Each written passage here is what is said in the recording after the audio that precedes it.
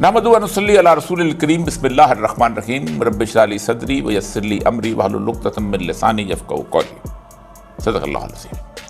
मुअज़्ज़ज़ ख़वातीन व हज़रात, आज पाकिस्तान की सुप्रीम कोर्ट के 9 मुअज़्ज़ज़ जजों ने आज से 45 साल कबल पाकिस्तान के एक साबिक़ वज़ीर आज़म को दी जाने वाली फांसी के फ़ैसले के ऊपर तबसरा करते हुए लिखा है कि उन्हें फेयर ट्रायल यानी उन्हें गैर जानबदाराना ट्रायल यानी मुकदमा चलाने का हक जो था वो नहीं हासिल हुआ था, इसलिए उनकी फांसी के ऊपर हम मज़ीद कुछ नहीं कहना चाहते। उसके साथ साथ उन्होंने एक और बात भी लिखी है कि हम उस फांसी को कलअदम इसलिए नहीं करार दे सकते कि अब उसके ऊपर अपील हो चुकी थी और उस अपील के साथ साथ उसके बाद दोबारा उसके ऊपर फैसला हो चुका था और कानून में किसी किस्म की कोई प्रोविजन मौजूद नहीं थी। हैरत की बात यह है कि ये सारा फैसला उस लम्हे हो रहा है कि जिस वक्त पाकिस्तान का एक और साबिक़ वज़ीर आज़म फेयर ट्रायल से महरूम एक जेल के अंदर अपने मुकदमात का सामना कर रहा। किस कदर हैरानकुन बात है कि कहा जाता है कि हम ज़ुल्फ़िकार अली भुट्टो की दी गई फांसी जो है उसको बिल्कुल इसलिए कलअदम नहीं करार दे सकते क्योंकि उन्होंने वो तमाम एवेन्यूज़ जो थे उनके बारे में, उनकी पहले हाई कोर्ट में मुकदमा चला, फिर सुप्रीम कोर्ट में चला, फिर उसके बाद उन्होंने नज़रसानी यानी रिव्यू की पिटीशन फाइल की और उसका बिल फैसला हो चुका था। लेकिन चंद दिन पहले मियां मोहम्मद नवाज शरीफ की रिव्यू पिटीशन के ऊपर जब फैसला हो चुका कि वो पूरी जिंदगी के लिए नाअहल हैं, लेकिन फिर एक दरबार सजाया गया और उन्हें नाअहली से निकाल कर दोबारा पाकिस्तान के वज़ीर आज़म बनने का अहल करार दिया गया। ये तो अलग बात है कि उनकी अपनी किस्मत या उनको नापसंदीदगी का आलम अपनी पार्टी के अंदर इस तरह का बन गया या लोगों ने जो उनके अपने साथियों के मामले में जो उनके पार्टी साथियों ने वो दोबारा बेचारे ना बन सके, वरना पूरी कोशिश की गई थी। ज़ुल्फ़िकार अली भुट्टो आज 45 साल के बाद उसकी फांसी के बारे में ये गुफ्तगू की गई है और कहा गया है कि उन्हें फेयर ट्रायल नहीं मिला। मैं समझता हूं कि अगर उन्हें फेयर ट्रायल मिल भी जाता तो जिस तरह का ये फैसला उस वक्त किया गया था शायद इससे मुख्तलिफ फैसला ना होता। अगर आज ज़ुल्फ़िकार अली भुट्टो की फांसी को ये कहकर मुस्तरद कर दिया जाए कि वो फांसी गलत हुई थी तो फिर पूरे पाकिस्तान की अवाम के सामने सवाल ये है कि उस वक़्त नवाब मोहम्मद अहमद ख़ान का कातिल कौन था और क्या वो कातिल वही शख्स नहीं था कि जिसने असेंबली के अंदर खड़े होकर ये फ़िक्रा बोला था जो आज इस वक्त मेरे सामने वो फ़िक्रा गूंज रहा है कि I had enough of him, मैं ऐसे मज़ीद बर्दाश्त नहीं करूँगा। और ये उस दौर के वाशिंगटन पोस्ट की वो ख़बर है जिसके अंदर वो फ़िक्रे जो हैं वो गूंजते हुए नज़र आते हैं कि उसने इस तरह की सूरत हाल पेश की थी। ज़ुल्फ़िकार अली भुट्टो का दौर सिर्फ नवाब मोहम्मद अहमद ख़ान के कत्ल से इबारत नहीं है, बल्कि ज़ुल्फ़िकार अली भुट्टो को जो भी बुरी आवाज़ लगती थी उसको दबा दिया जाता था। डॉक्टर नज़ीर अहमद 1970 के इंतखाब में डेरा गाजी खान में वडेरों और जागीरदारों के मुकाबले में एक आम आदमी के वोट से जीते थे। एक छोटा सा होम्योपैथ डॉक्टर जो साइकिल पे आया करता था, लेकिन बिल्कुल ही आगाज़ में जब बांग्लादेश के मामले में उन्होंने असेंबली में तकरीरें की तो उस शख्स को कत्ल कर दिया गया। मैं उस शख्स को जो उस वक्त एसपी होता था, फिर वो डीआईजी बना, मैं उससे मिला हूँ। वो उसको अपनी बेबसी का जो इजहार करता था, वो बलूचिस्तान में हमारे साथ आके कुछ देर के लिए पोस्ट भी रहे थे। वो साहब बाद में एक इंटेलेक्चुअल ज़िंदगी गुजारने लग गए थे। उस दौर में ख्वाजा रफ़ीक, साद रफ़ीक के वालिद सिर्फ इसलिए कत्ल कर दिए गए थे कि उनकी आवाज़ ज़ुल्फ़िकार अली भुट्टो के कानों को अच्छी नहीं लगती थी। समद खान अचकज़ई, महमूद अचकज़ई के वालिद, इस तरह बेशुमार ऐसे लोग हैं। तकरीबन 35 कत्ल जो थे उस भुट्टो दौर के अंदर थे और अपने लोग जो थे उनको छोड़ छोड़ के जा रहे थे। हनीफ रामी छोड़ गए थे, गुलाम मुस्तफा खर छोड़ गए थे, जे रहीम छोड़ गए थे, डॉक्टर मुबशर जो कौन नहीं था कि जो जबर और इस्तबदाद के इस दौर के अंदर भुट्टो साहब की जमहूरियत को छोड़ के नहीं चले। इस फैसला लिखने वालों को ये याद नहीं आया, खासतौर पे जनाब काजी फायज ईसा साहब, आप तो बलूचिस्तान से ताल्लुक़ रखते हैं, कि जिस वक्त ये फैसला आपने लिखा फेयर ट्रायल का, उसी दौर के अंदर बलूचिस्तान के और उस वक्त के सूबा सरहद यानी KPK के मुख्तलिफ सियासी रहनुमाओं को फेयर ट्रायल नहीं मिल रहा था, और वो था हैदराबाद साजिश केस। हैदराबाद साजिश केस में खान अब्दुल वली खान, नवाब खैर बशमरी, अताउल्लाह मैंगल, गौस बख्श बजंजो और हमारा बेचारा शायर हबीब चालब भी था, जिस पर गद्दारी का मुकदमा चला था। किस कदर हैरत की बात है कि हबीब चालब को जब वो अयूब खान के ज़माने में ऐसे दस्तूर को, सुबह बेनूर को मैं नहीं मानता गाया करता था, उस वक्त तो उस पर गद्दारी का मुकदमा न चलाया गया, लेकिन भुट्टो साहब आपके दौर में उस पर गद्दारी का मुकदमा चला, और ये मुकदमा बिल्कुल ऐन उसी तरह चलता था जैसे आज इमरान खान का जेल के अंदर मुकदमा चलता है।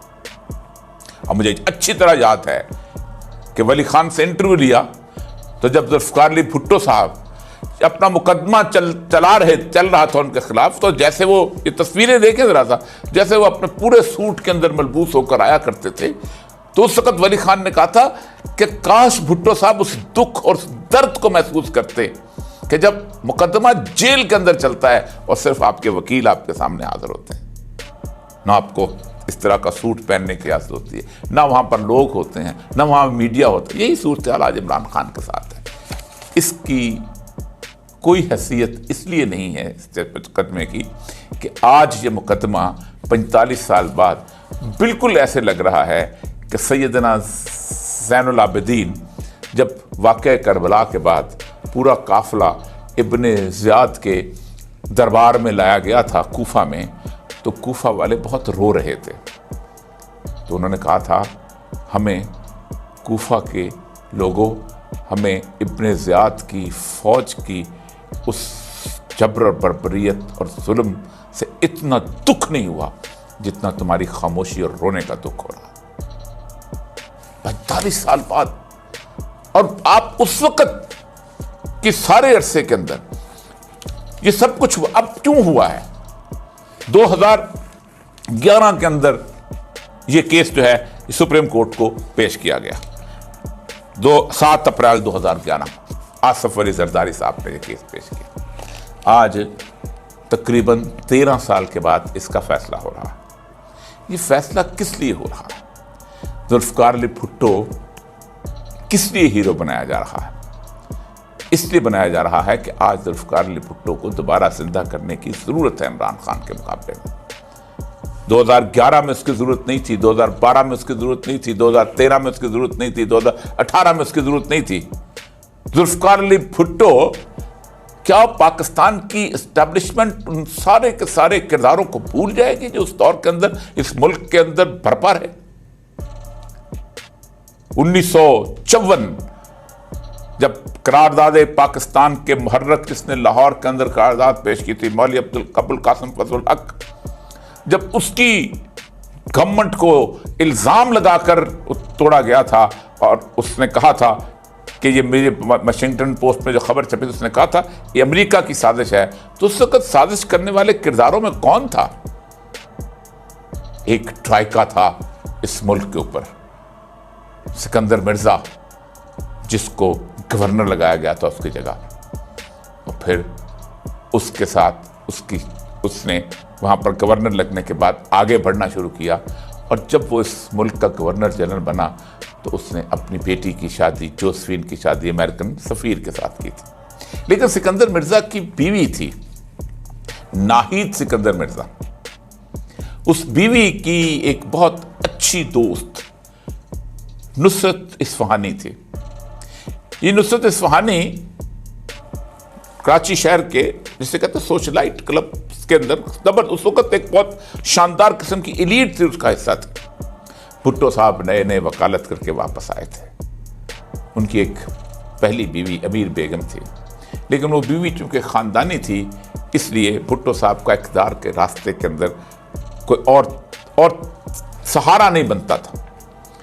तो उन्होंने इस नाहीद इस्कंदर मिर्ज़ा की सहेली नुसरत इस्फहानी से 8 दिसंबर 1951 को शादी कर ली और फिर ये ट्रॉयका इस मुल्क के अंदर परसरेकदार हुआ अमेरिका के आशीर्वाद से। इस्कंदर मिर्ज़ा ने 7 अक्टूबर को जब माशाल्लाह लगाया तो जुल्फ़िकार अली भुट्टो उसका कम सिन तरीन वज़ीर था, किसी जगह से काउंसिलर का इलेक्शन भी नहीं जीता हुआ था। हाँ, ये अलग बात है कि उसके वालिद सर शाहनवाज जो थे जूनागढ़ और मनावर के अंदर वज़ीर आज़म थे। ज़ाहिर बात है वज़ीर आज़म बादशाह मुकर्रर किया करते। जुल्फ़िकार अली भुट्टो 20 दिन के बाद जब अयूब खान ने कान से पकड़कर सिकंदर मिर्ज़ा को वहाँ से निकाला तो वाहिद शख्स जो उस काबीना से थे वो अयूब खान की कैबिनेट में आने वाले वो जुल्फ़िकार अली भुट्टो थे। इसी जुल्फ़िकार अली भुट्टो को जब 1964 के अंदर फातिमा जिन्ना के खिलाफ इलेक्शन लड़ा जा रहा था तो उसे अयूब खान ने अपनी पार्टी का कन्वेंशन लीग का सेक्रेटरी जनरल मुकर्रर किया और फिर इसी जुल्फ़िकार अली भुट्टो को उस शख्स ने चीफ पोलिंग एजेंट अपना मुकर्रर किया मोहतरमा फातिमा जिन्ना के खिलाफ। यही जुल्फ़िकार अली भुट्टो था कि जो अयूब खान के इस दस्तरखान से उठा और उसने पाकिस्तान की सियासत पर राज किया और फिर उसने उसके बाद एक अवामी मकबूलियत, कोई इनकार नहीं कर सकता कि भुट्टो की अवामी मकबूलियत नहीं थी। भुट्टो अवामी मकबूलियत की इंतहा पे था सिर्फ पाकिस्तान के 2 सूबों के अंदर, और उस अवामी मकबूलियत के बाद जुल्फ़िकार अली भुट्टो का जो दौर है उस दौर के अंदर ये 45 साल पुराना मुकदमा जो है वो चलाया गया। आपने इसमें लिखा है कि हम दोबारा उसको नहीं खोल सकते, उसका एविडेंस को नहीं देख सकते, लेकिन आपने बेचारे अहमद रज़ा कसूरी को बुला के पूछा तुमने FIR इतनी अरसे के बाद क्यों जमा कराई? फिर आपने ये पूछा कि आप तो बाद में टिकट देने के लिए आ गए थे दोबारा। उसके बाद पाकिस्तान के हालात को आप नहीं जानते, मैं नहीं जानता। आपने इस मुल्क के अंदर वकालत नहीं की, ये 9 जजों ने इस मुल्क के अंदर वकालत नहीं की। ये पाकिस्तान के मजबूर अवाम को नहीं जानते कि उन पर क्या कुछ बीतती है। ये है हमारी सूरत हाल। इस सारी सूरत हाल के अंदर पाकिस्तान में इस फैसले के दौरान जिस किस्म का मिसकैरेज ऑफ जस्टिस हो रहा है, हो सकता है कि 45 साल बाद एक और अदालत लगे। पाकिस्तान की इस अदालती निज़ाम के अंदर ही आपको शायद इल्म होगा, क्योंकि जाहिर बात है चीफ सुपरवाइज़र हैं, इसके साथ हाई कोर्ट के चीफ जस्टिस हैं, वो सुपरवाइज़र होते हैं। हम जब मैजिस्ट्रेट हुआ करते थे, जब डिस्ट्रिक्ट मैजिस्ट्रेट हुआ करते तो हमारे केसेस की बाकायदा इंस्पेक्शन की जाती थी कि हम केस कैसे कर रहे हैं, हम पर नज़र रखी जाती थी। हमारा चीफ जस्टिस बाकायदा हमारी अदालतों में आके हमारे मुआयने किया करते था। क्या उन्हें अंदाज़ा नहीं है कि ये जो ट्रायल जिसके अंदर ना गवाह है, ना उस बंदे को ये हक दिया जाता है कि तुम अपना बयान जमा कराओ, ना उसको दिफा का हक दिया जाता है, और उस बंदे को जेल की एक छोटे से कमरे के अंदर, जिसके अंदर 24 घंटे तक ट्रायल होती रहती है और उसके अंदर इतनी सर्दी होती है कि लोग कांपने लग जाते हैं, और उसके अंदर जिस तरह के लोगों को लगता क्या आपको नहीं इल्म है। हाँ, अलबत्ता पाकिस्तान में 45 साल बाद हो सकता है, ऐन मुमकिन है कि कोई एक शख्स उठे और वो शख्स जो है इस तरह की दरख्वास्त दे, और दरख्वास्त देने के बाद वो कहे यार इस तरह का फेयर ट्रायल नहीं हुआ था, हमें इंसाफ तो दे दो। तारीख तो अपनी ठीक कर लो। हम तारीख ठीक करने के लिए नहीं बैठे हुए। कौमें तारीख ठीक नहीं किया करती। मैं याद करा दूं, कौमें तारीख नहीं हाल ठीक किया करती हैं। जेल में ट्रायल किसके होते हैं? जेल में ट्रायल नेल्सन मंडेला का होता है, जेल में ट्रायल ऑन सन सूची का होता है, जेल में ट्रायल उन सब लोगों का होता है कि जो आज दुनिया की तारीख के अंदर मोरे तस्दीक सब करती है दुनिया पर कि ये वो लोग थे जो अजीम लोग थे। आज जेल में ट्रायल हो रहा है। और आज पाकिस्तान के इलेक्शन में ये 77 के इलेक्शन जुल्फकार अली भुट्टो का आपको सच याद होगा कि 77 के इलेक्शन का जो व्हाइट पेपर छपा था, जिस बलूचिस्तान से आप ताल्लुक रखते हैं, उस बलूचिस्तान के अंदर एक चीफ सेक्रेटरी होते थे कि जिन्होंने याया बख्तियार को इस तरह जितवाया था महमूद खान अचकजई के मुकाबले में कि लोग अंगुश बदंदान रह गए थे। उस बलूचिस्तान में जहां 4 साल तक इस भुट्टो दौर में मिलिट्री ऑपरेशन हुआ था, और मिलिट्री ऑपरेशन करने वाले जनरल टिक्का को, जिसने मशरकी पाकिस्तान में भी किया था, इसी पीपल्स पार्टी ने अपना सेक्रेटरी जनरल भी बनाया था, और बलूचिस्तान के जख्मों पे नमक छिड़ने के लिए उसे पंजाब का गवर्नर भी लगाया था।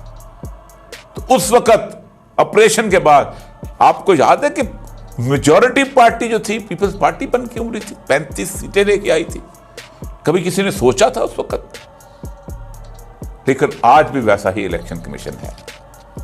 आज उस वक्त के चीफ जस्टिस ने भी शायद नहीं सोचा होगा कि मैं यहां क्या करूं। मैं उस साथ सऊद जान होते थे चीफ इलेक्शन कमिश्नर, वो अक्सर कहते कि दुकान हमने सजाई लेकिन लूटने वाले आ गए, लूट ले गए।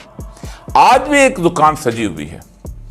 जिस बंदे के अंदर छोटी सी भी इस वक्त अक्ल और होश है, उसे पाकिस्तान के इलेक्शन कमीशन की वेबसाइट पर आए हुए जो फॉर्म है, फॉर्म 45 है, वो जो उसको पढ़ने के बाद उसको अगर अल्लाह ने ये इख्तियार दिया हुआ थोड़ा सा, चलो अल्लाह ने नहीं दिया, आप नहीं मानते होंगे, हो सकता है कि मैं मानता हूँ, नहीं हो सकता है आप मानते हो, क्योंकि आप तो बेसिकली आइन पहले रखते हैं और उसके बाद आप कुरान रखते हैं, फिर उसके बाद कोई और चीज़ रखते हैं, क्योंकि आप समझते हैं कि बालातर आइन है, तो आपकी खुद अपनी तकरीर। लेकिन क्या उस आइन के तहत थोड़ा सा आपको अंदाज़ा है कि आपको उस आइन ने एक इख्तियार दिया है कि जब कभी मिस कैरेज ऑफ जस्टिस हो रहा हो किसी माशरे के अंदर और वो मैटर ऑफ पब्लिक इंपॉर्टेंस हो जाए, तो आप उसके ऊपर सुओ मोटो लेते हैं। लेकिन शायद 45 साल के बाद कोई और चीफ जस्टिस होगा, कोई और सदर होगा, और किसी और ज़माने के अंदर ये गुफ्तगू हो रही होगी। लेकिन शायद हालात ऐसे हैं कि 8 फरवरी को इस कौम ने ये फैसला दिया है, वो 45 साल इंतज़ार नहीं करेगी, वो शायद 45 दिनों के अंदर अपना फैसला सुना दे। याद रखें, जिस खित्ते में, जिस मुल्क में और जिस इलाके में कौमों के सरों से इंसाफ की चादर छीन ली जाती है और उन्हें इस बात पर मजबूर कर दिया जाता है कि वो अपने फैसले खुद लिखें, तो वो दिन मुक़्तदर लोगों, अशराफिया और सदियों से ऐशो इशरत की ज़िंदगी गुजार कर लोगों पर हुक्मरानी करने वालों के लिए बहुत बुरा दिन होता है। वाखिर दावाना अल्हम्दुलिल्लाह।